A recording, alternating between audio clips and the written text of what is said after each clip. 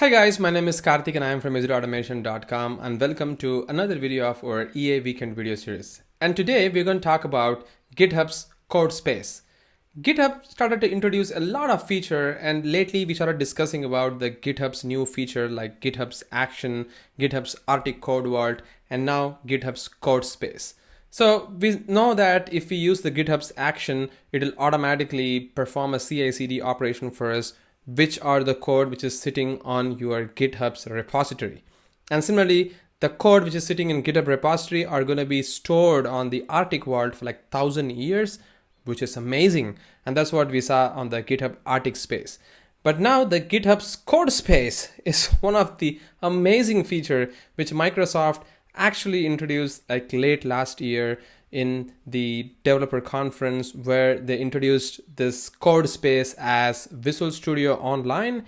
And this Visual Studio Online was something which was then started to transform into the Azure subscription, and then they started to transform that into GitHub, and now it is in GitHub as GitHub's Codespace. So that's what they call it.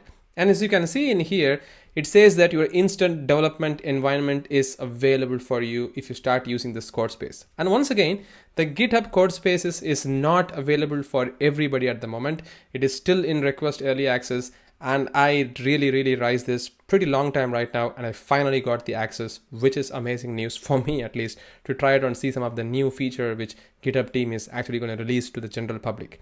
It is currently free. You can try it out if you have access to it. You can create as many number of code spaces that you want, and you can try it out and see how it actually works. That's amazing because all the dependencies are going to be resolved for you automatically. As you can see over here, it says that you can use the tools you love, which means you can use any browsers or Visual Studio Code or Visual Studio for developing your code, which is amazing.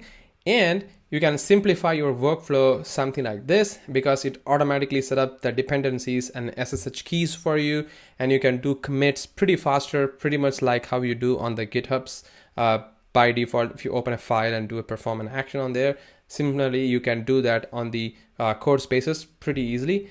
And then you can extend that using the customizations which is available within the Visual Studio Code, and also you can develop the code from anywhere. That is the most amazing thing.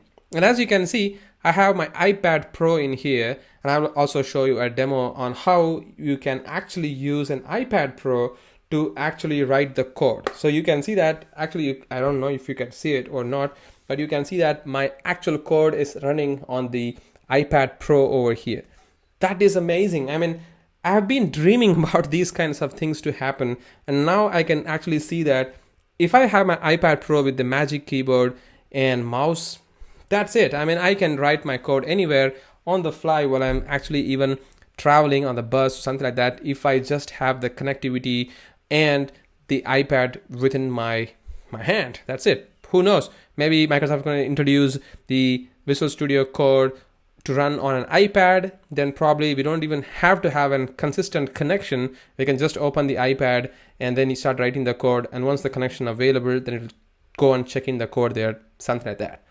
And then this dependency decluttered. This is amazing. If you just open the Visual Studio Codespace, like Java program or Node.js program or a C# code, whatever it is, if you just open the Codespace, all the dependencies will be resolved for you automatically, and the development environment will be set for you pretty instantly. One of the example I would probably say is this one.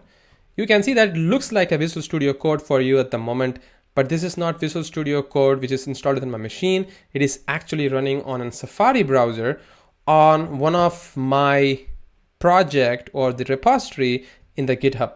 And you can see that this is the code for the Selenium test actually.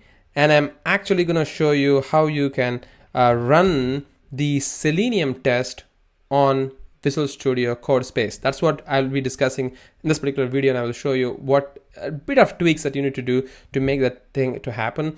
But you can see that I can just open the terminal over here, something like that. And then if I just want to run a Selenium test, you can see that I'm actually running a Selenium test on the Visual Studio Codespace. It is launching the Chrome driver for me, and then the test has got passed there, guys. that's exactly what I can do from my iPad as well.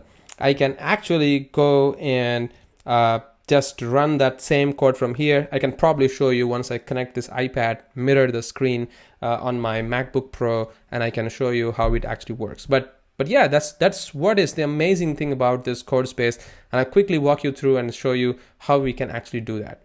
So the first thing, as I told you, you need to have access to the Visual Studio Codespace. You need to do a request early access, and if the team give you the early access, then you will have whatever I have currently. So within this particular GitHub repo, probably I'm going to delete this particular code space, and then I can show you from the start like how you can run and test over here. So let me just go to the github.com/executeautomation, something like that. So this is the project which I'm talking about, the repository which I'm talking about. And if you go to the code spaces, you can see that this is my personal code space currently available, which I was showing you. So I'm just going to delete this particular code space. I mean, whatever setup that I have made over there is completely gone once I delete it. And you can see that code space is warning me that you're about to delete your whole code space, which is fine. And we're going to create a new code space from the scratch, and we'll see how it actually works. So for doing that, I'm just going to do a create first workspace or the code space. And then I'm just going to select the Selenium C# netcore project, and I'm going to choose the main branch. Again, Microsoft removed the concept of the master branch like that. So they're calling it as like a main branch. That's exactly come from the Jenkins as well. Now Jenkins don't really have something called as master slave concept. They call it as a like a node concept, right? There is something called a slave concept itself. Similarly, Microsoft just removed the master branch to main branch. And you can see that once I create the code space is just spinning up, which means it is actually initializing a code space for us, and it is also creating a container for us behind the scene. And as you can see that it's trying to build a Docker container, and it is starting the code space for us. So basically it is going to build probably a Linux container at that moment, and then it is going to deploy all our code there on that particular Linux container, and then it is going to start running the code for us, pretty much like how you have a machine for you to perform the action. This is the amazing thing, guys. This is something which I really love to see, because I don't really require a Docker installed within my machine, like a container to be up and running. Everything is available for me from this particular GitHub's code space itself, because it is creating the whole space for me to write the code. I guess that's the name. All right, so now I have this guy over here, and I guess the code is ready. The code space is ready, and you can see that the GitHub's code space is available for us over here. So if I just open this, you can see that you can disconnect the code space. You can open in VS Code, which means you can also connect this code space to your Visual Studio Code, which is available local within your MacBook Pro. And as I told you, iPad doesn't really have an code space. I mean, Visual Studio Code at the moment, you can only do it from the browser, which is all right. But yeah, this is what it is. So you can do that, or you can add a development container configuration to connect this code into the container that you're looking for. For example, if I connect this development container, it will list me all the different options that I can really use to connect this particular code space to that particular Docker container. For example, a C#.NET Core container, or a Azure function with C#, or a Azure function and C#.NET Core, F#, or Azure function and PowerShell, Bezos, Debian, Docker from Docker, or Docker from a Docker Compose, Ubuntu, and all those definitions you can see, and like how you can connect this particular code to the Docker configuration, and you can see how it actually works. This is also one of the amazing thing, but I'm not going to really do all those sort of things. I'm going to use the out of the box way, and you can see that my code is actually being shown in here. The only thing which I did in my Selenium code actually is I'm not using my local Chrome driver, because if you use a local Chrome driver, you know what it is. I mean, you need to have the Chrome driver available for you. You need to set the environment variables and all those stuff. But I'm actually using the Windows, the WebDriver Manager, and WebDriver Manager will perform a setup of our Chrome configuration automatically. That's it, right? So if I have everything over here, I can just go to the terminal and then I can just run the command like .NET test of the Selenium core.sn. So if I give the solution, then it is going to run the .NET test for us. So you can see that it has figured out there is one test, but once I run the test, it is actually going to fail. I mean, that's pretty obvious. So you will see why it is actually pretty obvious. So if we just scroll up a bit, you can see that it says that it can able to start the Chrome driver successfully because of the WebDriver manager, but it couldn't able to really start the Chrome because you can see that it tells that it couldn't able to find the Chrome binary. So basically you really require a Chrome binary to be available on that particular container, which means the Visual Studio Codespace basically, as I told you, is creating a container for you, like a fresh container on the fly, and then it is putting that code on that, and then it is available for you. But doesn't mean that this particular container will have all those browser requirements that you have, or a special third-party applications that you really require for performing the action. So if you just go back to this particular Docker container image, you can see that it tells you that this is the container which is currently running from this particular image, which is where your Docker image has been created, and this container is actually running on that. But as I told you, we don't really have the browser in it, which is the Chrome browser in it. So I need to actually install the Chrome in Ubuntu, and if I just go to the command line, so you can see that there is this, I mean, there are very super simple commands available to perform that, but I'm actually going to use this particular command which they are currently telling me. So I can do a wget of this guy to just download the Chrome browser for me, and I'm gonna go to the Codespace over here, and then I'm just gonna paste this guy wget, and you can see that it has currently downloaded the Chrome browser for me, and then I'm just gonna do a sudo apt of the install of this particular Chrome browser, and you can see that it is gonna install the Chrome for me. So I'm just going to do that. And you can see that these are all actually happening pretty faster, right? I mean, you can do this maybe in your cell phone if you have a bigger screen, or maybe the iPad is worth for doing all sort of things for you very instantly and pretty fastly. I mean, that's pretty amazing. So it's currently installing the Chrome on this particular container that you are seeing here on the Visual Studio Codes, probably maybe Codespace. Yeah, I could see that this is like a Visual Studio Code. So yeah, so the Google Chrome is right now being installed, and now if I try to run the test again, the test will fail even though the binary is available, but I will show you what I really mean. So if I just go over here, I will again do a .NET test of Selenium C# .NET Core. So right now the Chrome browser is at least available, but you can see that the test again fails, and it tells you that it actually fails because of an unknown error of DevTools active port file does not exist. Maybe you need to install an XVFB to enable the screen buffering, you know, the way that you can display a monitor or a screen on the browser, which it can spawn. Or the easiest way that you can do is to make your browser to be like an headless mode. So if you do a headless mode of your browser, then this particular code will work pretty much like as expected. So you can do this using the what is called as a Chrome options, which way you can set the headless mode for that, which I'm actually gonna do something like these. So you can see that this is the Chrome options, and I'm gonna add an argument of the headless over here. So that's it. So once I do that, and once I run this time, hopefully this time you can see that the test will actually pass without any problem.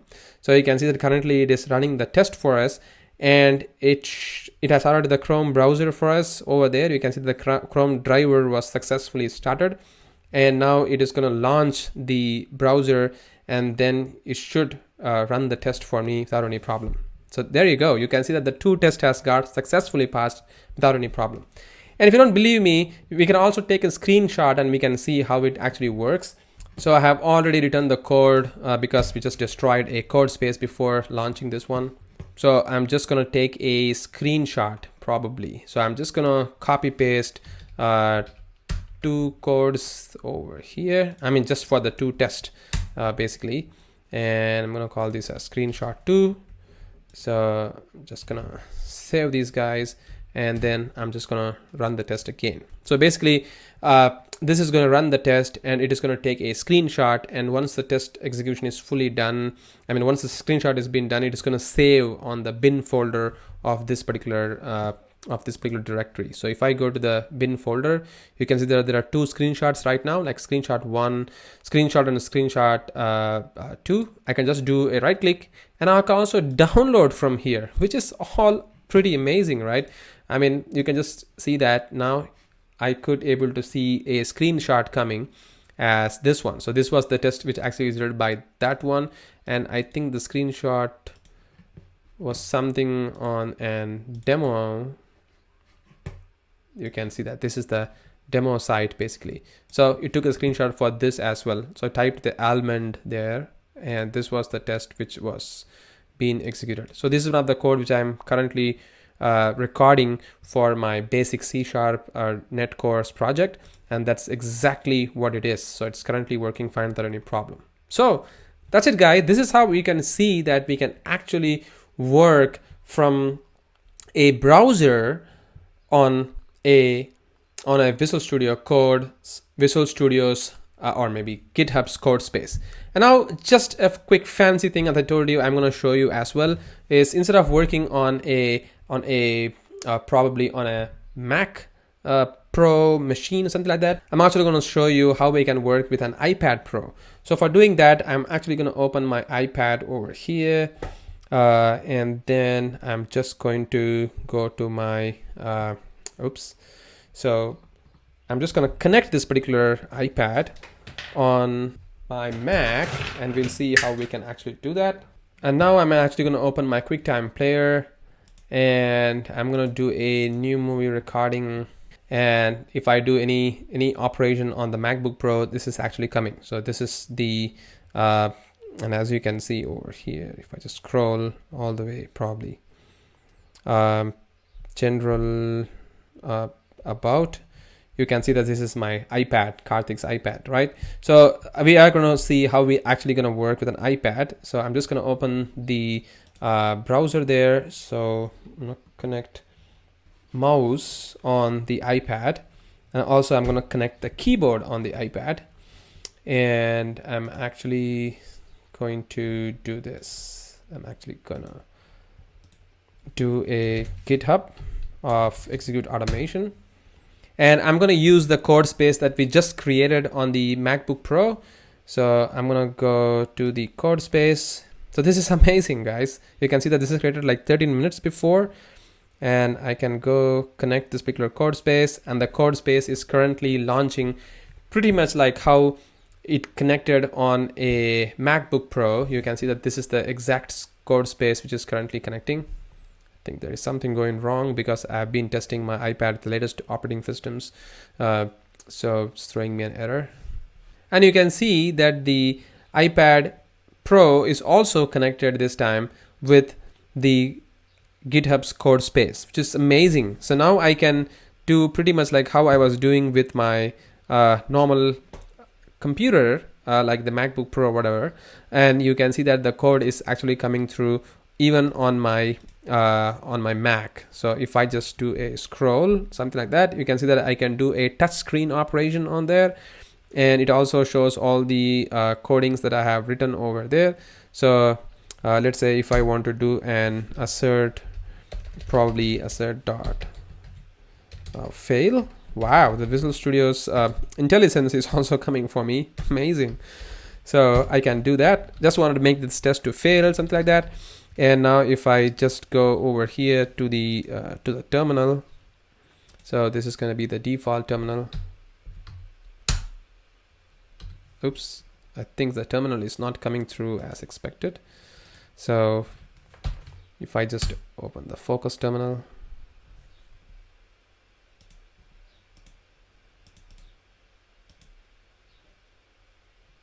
yeah, I don't know what is that. Basically it's some sort of glitch. So now if I just run the dot test, so one test will eventually fail, even though I take a screenshot, and the second test will pass because the first test we made it as like assert.fail, so that's why the test will fail. And you can see the test is getting failed and the second test is getting passed, which is amazing. So now I can use my iPad Pro to even write a code, and I have turned my normal iPad as a development environment, which is amazing. So these are some of the coolest things which we can do with the GitHub's Codespace, which is amazing. So that's it, guys. This is for this particular weekend, and I really thought that this is something which everybody should be knowing. And with the Selenium code running on the Codespace, we can now trigger the code and run it from anywhere, from any device, which is amazing. So once again, thank you very much for watching this video, and you have a great weekend.